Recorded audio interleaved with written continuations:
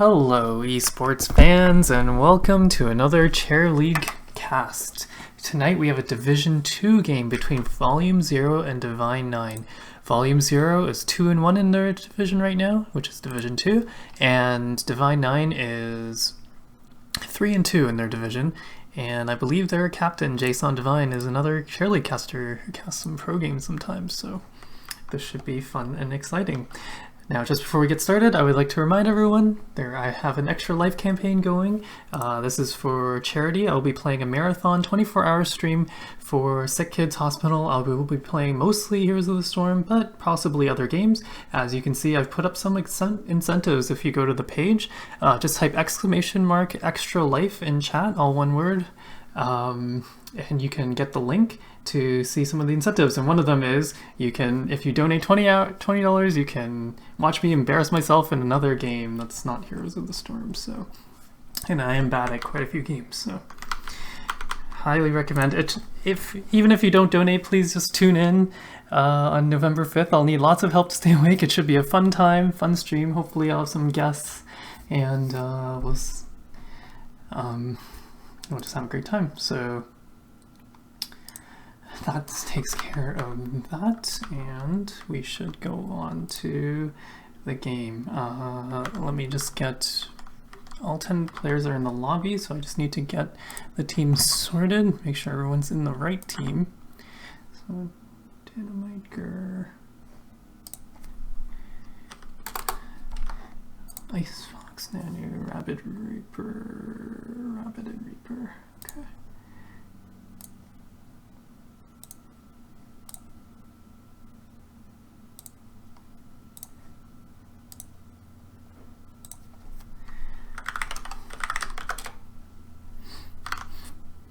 Okay, so we're just going to start the draft. This was Divine9's map pick, and they picked a Sky Temple.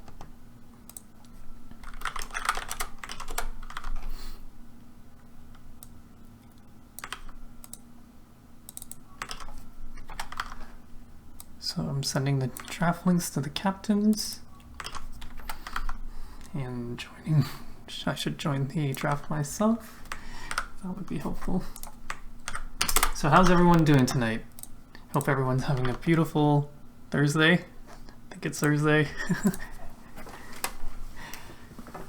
Okay, so here we go. We have if you haven't tuned into Chair League this week, we have a new Chair League drafting tool built especially for Chair League, and it's very nice.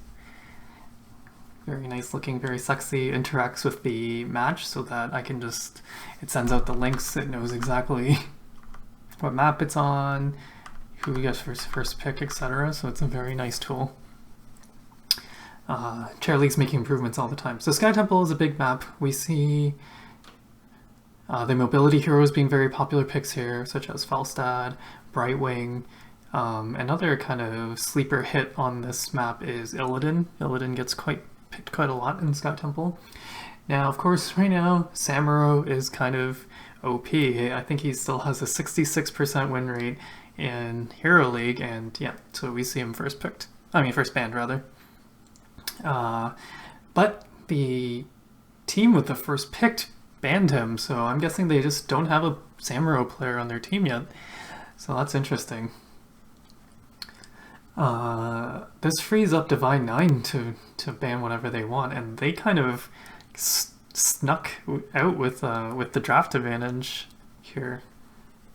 Very lucky for them. So let's see what they ban, and it's going to be Malfurion, kind of the old OP pick, I guess the old hotness, if you will. Ever since his nerfs, though, he hasn't been quite as popular. Not automatic first pick and ban. I think he even made it through to the second ban phase. In one of the games I casted, one of the pro division games I casted last night. So first pick is Brightwing. There you go, mobility hero. You can often just kind of sneak a few shots at one temple and then join your team, or clear up some waves and then join your team. The XP soak she provides is very valuable, and on top of that, she could take bribe if she wants. We don't see that too much, but bribing is certainly an option on this map. Getting kind of the opposite temple. You know the second temple phase has the its temple is bottom, so you can grab the top camp before going down there very quickly, and as a surprise, more importantly, to the other team. So okay, so we see Tychus for Divine 9. Fairly good on this map. Always the question of whether he'll pick the laser or the Odin. Odin has been very strong since the 25% resistant buff. But, you know, you're fighting over an objective that people kind of have to fight into, so laser should still do a lot of work, as long as you remember to target it. If it's targeting one of the temple monsters, then it's not going to do anything, so. Let's see what else they pick. So Falstad's still on the board, Illidan's still on the board. You don't see Illidan picked early though, so. And here we see Alarak, one of our newest heroes in Heroes of the Storm. He is a very, very strong ganker. He is maybe one of the strongest gankers, I'll say. He's up there with like ETC and Kerrigan. And it used to be that before they buffed him, he used to be kind of what I would call the 5-minute hero. He was the master of the first 5 minutes, running around killing anybody he wants. But after 5 minutes, he fell off quite a bit. But now since the buff, he actually can go a bit more comfortably into the late game. I still wouldn't call him a great late game hero. At level 20, he has some really good options, but he's viable. He can hold his own. So very interesting pick though, this early, I would say. In response, we see ETC for volumeZero and Li Ming. ETC is another mobility hero. We've been seeing Stage Dive picked very, very often, since people just know how to deal with it. And Divine 9 already has 2 ways to interrupt the mosh pit, so Stage Dive is definitely viable. And probably likely. And they pick up Li Ming on top of that. Li Ming is a good poker, and you can poke into those temples, forcing them to move around or just position suboptimally.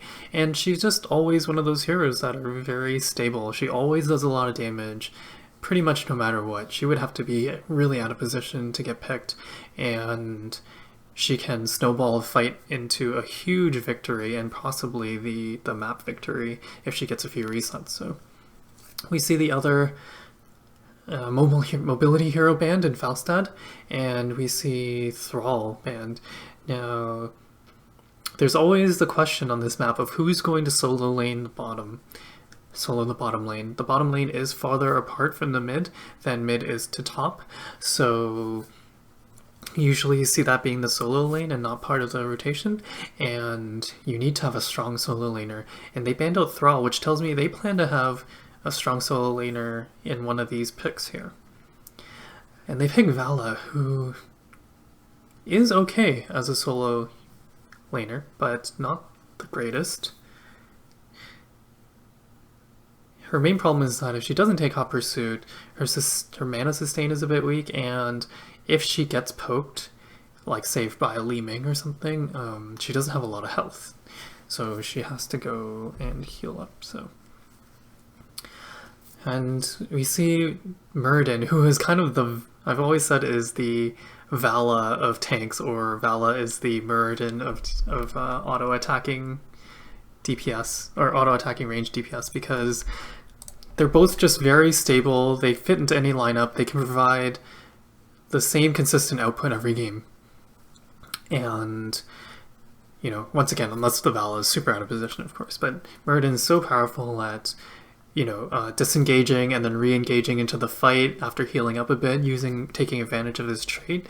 That's how the best Muradins play, I feel. And he provides everything. He provides tankiness, he has an escape, he has an engage, he has a stun, he has a slow, and he can go into another stun later on, or even further survivability. So he's just a great, great hero all around.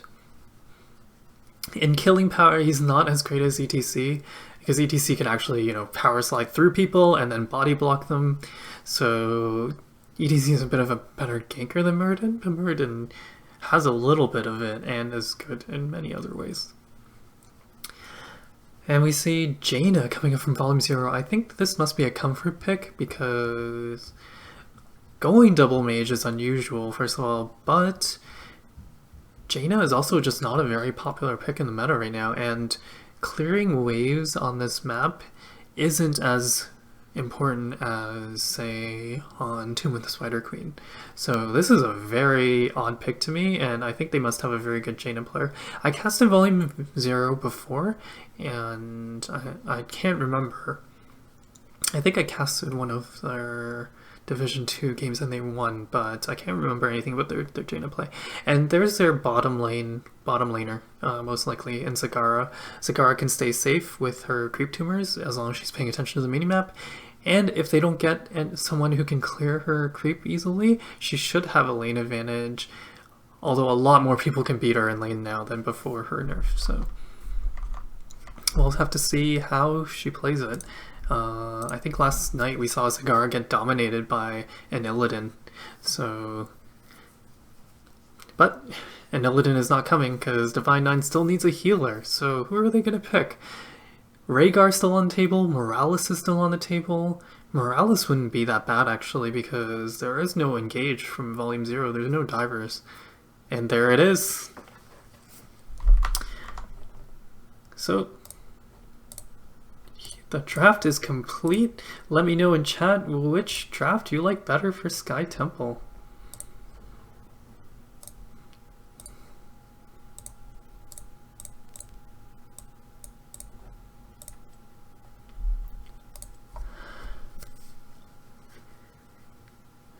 And once again, thank you to all these viewers and all the players, but especially the viewers who are tuning in. If you like the cast, please remember to give me a follow. I cast Chair League all week usually. I do have one game tomorrow to cast as well. So, and we always have a good time here. And the game is starting, except when I forget to switch the overlay sometimes, but I'm remembering this time. It's fine. It's fine, guys. Everything's fine. And here I like to read the description each team put on their Chair League page. Okay, so volumeZero says, BAMFs who love HOTS. That's 2 acronyms in 4 words. Half of their words are acronyms in their description. Interesting. What does that say about them? And Divine 9 says, let's roll this again, shall we? I guess because they were also in Season 2. This is Season 3 now, and they were in Season 2, and they were 4-2 in Season 2 in Division 2. So I guess they're looking to improve on their record from last season. Alright.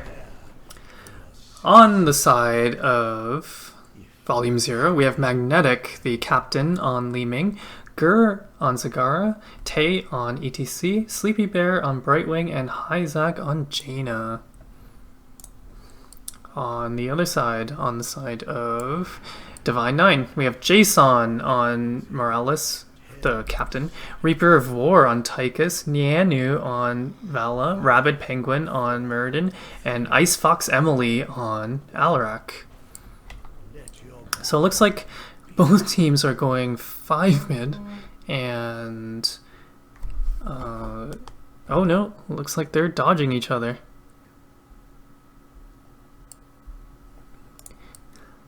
And they're just setting up a party bush here, and they know that volumeZero was at the vision tower, so they're just waiting for them to come down and gank them.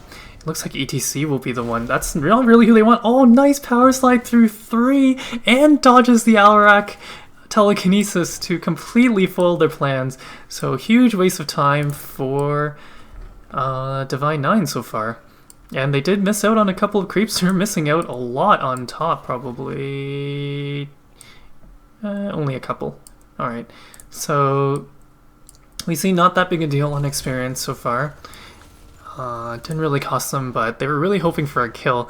Now, ganks like that at the opening of the game might make you feel good, I guess, but they're not really worth a lot. Even if they got that kill, they really wouldn't have been ahead on XP any significant amount, so.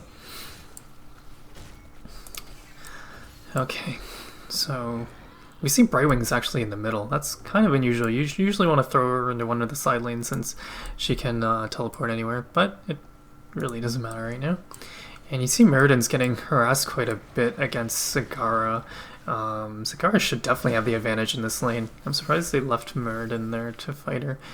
Well, I think even Valo would have done quite a bit better in this lane, so. But with temples coming up, we see which one do they prioritize. Divine 9 seems to be prioritizing the mid. And it looks like they sent only Li Ming and ETC there. Splitting up like this is rather dangerous. If you're going to split up, you should probably just soak. So ETC's coming back to challenge though, and it looks like they will get a couple of shots stolen, which is surprising. I thought they might just give up kills and not get anything, but looks like it was a little bit fruitful. And you see, this is what they should be doing. If they're going to split up, they should just send people to soak. So, and you see that Divine 9 is matching them so far, but about a half a level gained by volumeZero. And ETC just keeps toying with them. I like the way this ETC's taking. And yeah, they got the full temple top, and Zagara just resumes her dominance on this lane.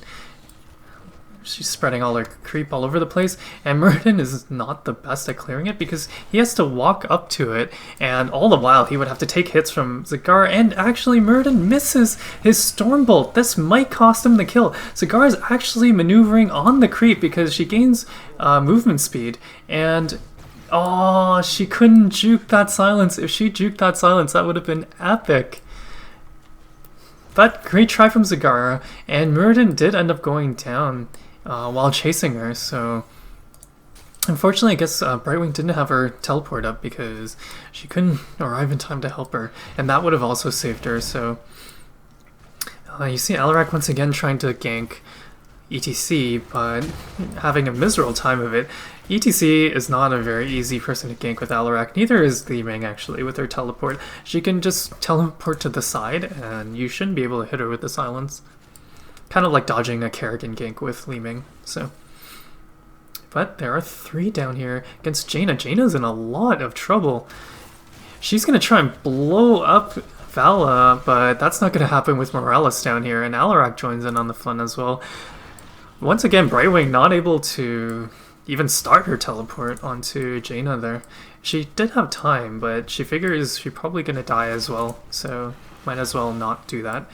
And you see Zagara still bullying whoever they send up here. Great job by this Zagara. Like I said, with her nerfs, there are a lot of people who can outlane her, and I feel like Tychus maybe can, but I'm not sure about that matchup, so don't quote me on that one. And the next temple bottom is arriving soon.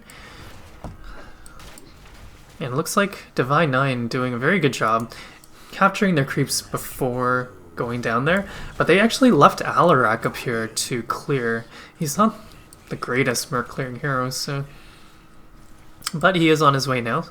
The mercs will take care of it anyway. And they're both getting ready to fight. You can see they've actually caught up in experience almost completely, so good job by Divine 9. And they've actually trapped Jaina down here.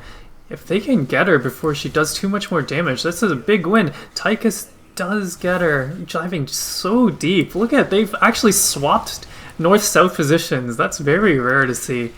Usually the trap team can't make it out.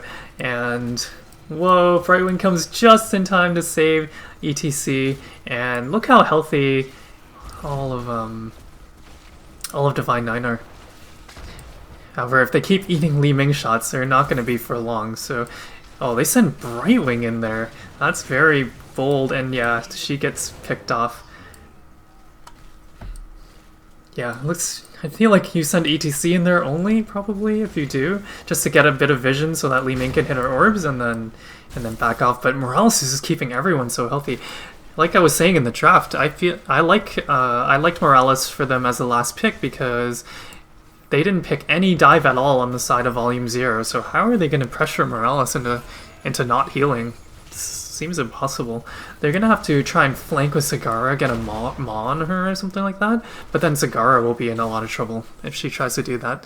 We'll see what kind of tactic they come up with to try and win these team fights. Oh, and Li Ming just gets caught. Very unfortunate. She got Calamity, Dominance, Power Hungry. Fairly standard.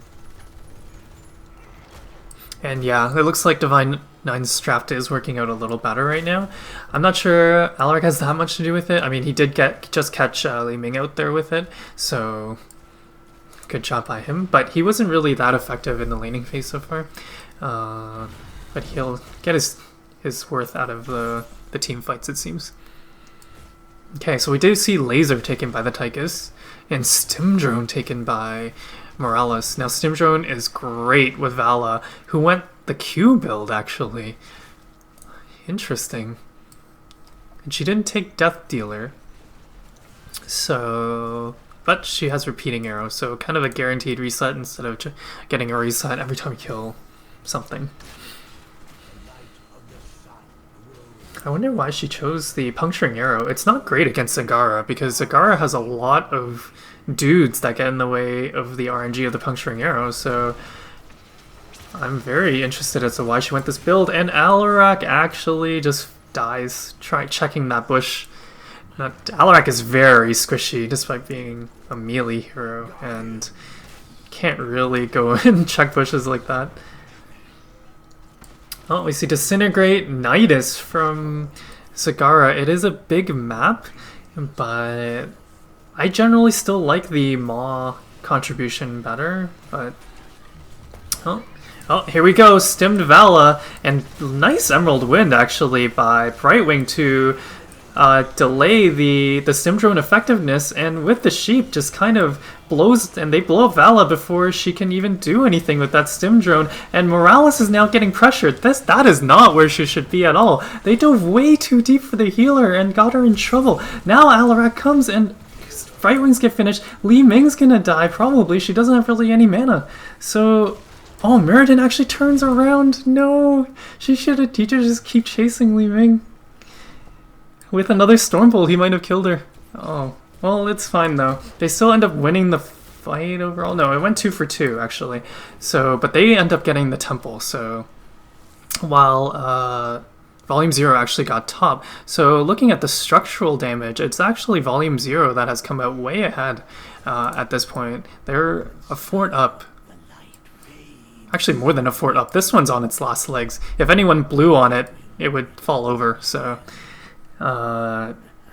volumeZero actually taking back control of this game after losing a team fight at the bottom temple in that last temple phase, and looks like both teams are going to do their camps now. We see Brightwing did not take the bribe talent, so have to do this the old-fashioned way, punching them in the face, slapping them a bit.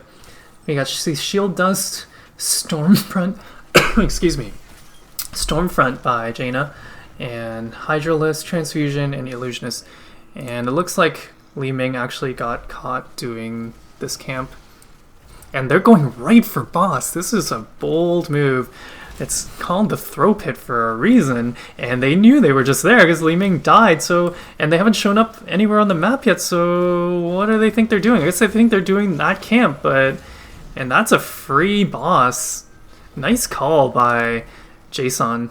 They end up losing the rest of their mid-fort, but that was a very sneaky and successfully sneaky boss. Now, of course, it is only 10 minutes into the game, so it's not like this is going to do significant damage or anything, especially not game-ending damage, and they're actually challenging this Merc camp. I think they should just go back and deal with the boss. They don't need to fight this. Who cares if they get these Mercs? Just clear it, and then continue on with your lives. Risking a fight here is not great. Okay, so here we go. We see the laser, and Jaina is forced to sit in the laser by the Stormbolt. Polymorph to save her, and the Stim Drone on Tychus, but he's not the most mobile of heroes, so they just kite him off, and that's a wasted Stim Drone and a laser down. compared to only the Disintegrate was used on volumeZero. Now volumeZero clears these up and then forces a fight at the temple. They have a big advantage, and they should be able to win that fight, barring any disasters like Jaina going in first, or Brightwing getting caught out.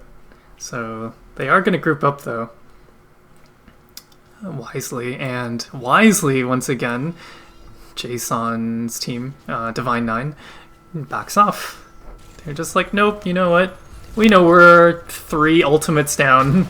We're not going to fight this 5-on-5. That's just not going to happen. So, looks like volumeZero will force the issue there. Once again, I like this decision making. Vala's already separated in the fight. Nice mosh by ETC, catching 3, including the healer who had cleanse. Great job, and of course the grenade to interrupt it. Getting caught in that corner with Vala out was so good. Tay, what a monster ETC player. That was perfect. And we see that Vala didn't go Rain of Vengeance, so she couldn't even do anything, even if she was there to try and stop him. Okay. Wow. I mean, you figure they have enough interrupts. They have Silence, they have a Titan Grenade, they have Normal Grenade, or Infusion Grenade, whatever it's called, Infused Grenade, and they have Stormbolt, so Mosh shouldn't normally be a problem, but ETC just found an opening where they were in the corner.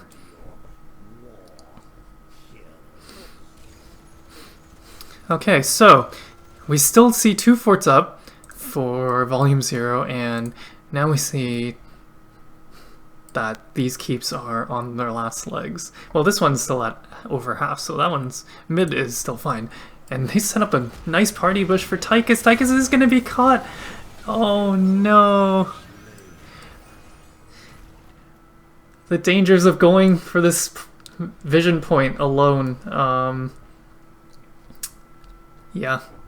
I mean, you see that kind of thing happen in pubs, but hopefully teams will learn about this. People do set up traps around this vision point, and it's very risky to go there alone since you don't have the vision there. So unless you have a scout, I mean, he could have thrown a grenade here to scout, and if it's like you're a Leeming or something, fire your missiles into that bush before you go there. PSA. Because this kind of thing will happen, and you're going to lose a keep out of it. Now, he power slid into the keep. That is very risky, as he doesn't have an escape after that. But looks like he does manage to get out. He's going to have another power slide soon. Yeah, there you go. And he does get out safely. Yeah, he really didn't need to power slide in there. He has 2 range damage dealers, 3, who could have just, poked it with Frostbolt, Blizzard, Leeming combo, and then and he was just plus they needed his power slide to keep them safe, right? Like that was more dangerous than it seemed, because if the opposing team chose to flank his backline, he couldn't save them anymore. He couldn't power slide through and stun them to give his squishies a chance to escape. So maybe I jinxed him. Maybe I jinxed him by complimenting his mosh so much that it got to his head. It's like, I'm the best ETC ever. Okay, so it looks like... Oh, this is a great call once again. volumeZero is actually just going to take this mid keep for free. They're saying, Divine 9, you want our fort? Fine, we'll trade our fort for your keep. That's great, that's fine. Even 2 forts, that's fine. It doesn't matter. Forts don't even matter at this stage in the game. And the laser gets dropped down once again, and without their whole team there to protect it, it just kind of gets destroyed and wasted. So once again, that's another huge cooldown down for Divine 9. Now you see the kind of problem with their lineup. Even with Deadly Charge, he hasn't been and the Leap from Murden, they haven't been able to engage really that hard. And it looks like volumeZero is going for the boss, and they get it. They knew Divine 9 had to protect their core, so that was a free boss, and now this should be the game. I can't imagine they can... Divine 9 would have to really pull off like an amazing miracle defense to try and hold this off. Now, what can Divine 9 do to come back in this game? They need to try and set up party bushes. Vala needs to be not outside the wall by herself in front of the entire team, where volumeZero is going to be approaching from.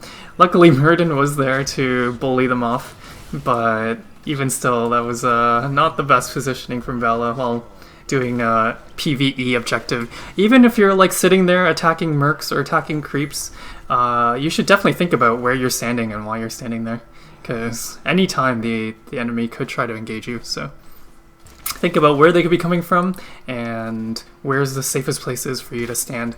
And furthermore, you know, you can always stutter step. Grubby has a great video on how to stutter step if you don't know how. And it's always safer to stutter step because people can't predict your movements. Then people like Li Ming can't hit you with a combo confidently. Alright. So, how does Divine 9 come back into this game? They're down Storm Talents. They're down 3 keeps. So, very unlikely that they will come back in this game. But if I was their shot caller, I would say we need to force a fight. Like something on this Brightwing isolated targets. They can still win a fight. 5v4 maybe, so if they can pick off a target, they can do it. Now that is up to volumeZero to make a mistake, of course, and it looks like they're just staying as 5, which is super smart. The fastest way to throw a game is splitting up, so and they definitely don't need to split up anymore. They don't need any more XP. They've got their Storm Talents. They know they can just win safely by taking one of 2 temples as all 5. So that's what they're going to do, and Divine really needs to engage them, but hiding in this bush isn't going to do it. volumeZero does not have to walk anywhere near their side of the map. They just have to take one of the temples. So, and now the Vision will see them. They're just going to have to engage them straight up. Their only chance was really to try to surprise them before the temple phase. So it looks like ETC is hiding in this sneaky bush. They should clear some of this creep still. I know it seems insignificant at this stage in the game, but if you want to use the bushes to break vision, you need to clear up that creep. And it looks like Murden's taking top, but he needs to be fighting. The only way they win this is to win a fight and then take a keep. They can't let... Well, they can't even take a fight inefficiently. They need to wipe like 5-0 or 5-1, something like that. So, I'm very confused. I mean, they know someone's up here, so why did... I'm surprised that volumeZero didn't just full engage onto that 5v4. It looks like Murden's in trouble though. Oh no, they did send 3 to do it, and that's the game. So, either way, it worked out for them, either strategy. So they thought the 5v4 was too risky mid. They just sent 3 top. They got a 3-on-1 top, which is better numbers, better odds than 5-on-4, and won the game that way. So congratulations to volumeZero for winning their game in Division 2. Now volumeZero moves to 3-1 in Division 2, and Divine 9 drops to 3-3. And looking at the numbers, Li Ming did a lot of work, look at that. And I think she just went the standard Calamity Mirror Ball, yeah. So, and she took Illusionist, which I feel like she probably didn't even have to do, but with Alarak it is safer to do. And, but it didn't feel like Alarak was on her at all. He picked her once at the bottom fort, but other than that, it didn't seem like she was under a lot of pressure at all, the Li Ming. So good positioning from her, most likely. And yeah, just, you know, dominated the damage. Over 10,000 over the next highest player. We see Sankara got a lot of siege work done, Vala got a lot of siege work done, and no one died 0 times in this game. It was and 10 kills for each team, in fact. So it did get pretty messy in the mid game, we saw that, and no chance for people to escape. We don't have really great escapers other than ETC. So, oh, and Meriden, I guess, but he's not unstoppable during his jump either. So, okay, looking at the talents, do we see anything unusual? Not really. I say Stormfront is a little bit unusual, and Frost Armor. I guess she was just really scared of the Alarak, but it turns out he didn't end up doing that much this game, unfortunately. And we saw Pure Malice come out of Alarak at level 13, which is the one that gives him sadism stacks, but essentially bonus damage when his teammates die. So I guess at that point he realized his teammates were dying quite a bit, so might as well get some effectiveness off them. But yeah, so here, so I'll leave the talents up for you to see. And once again, I'm Dualistic. If you enjoyed my cast, please give me a follow, and I will see you tomorrow for the next game. Let's see, what is my next game? It's tomorrow at 10 o'clock Eastern, and it's a Division 1 match between LIT Esports and Balloon Grantis Strength. So, thank you for watching, thank you for the players for playing, and I will see you tomorrow.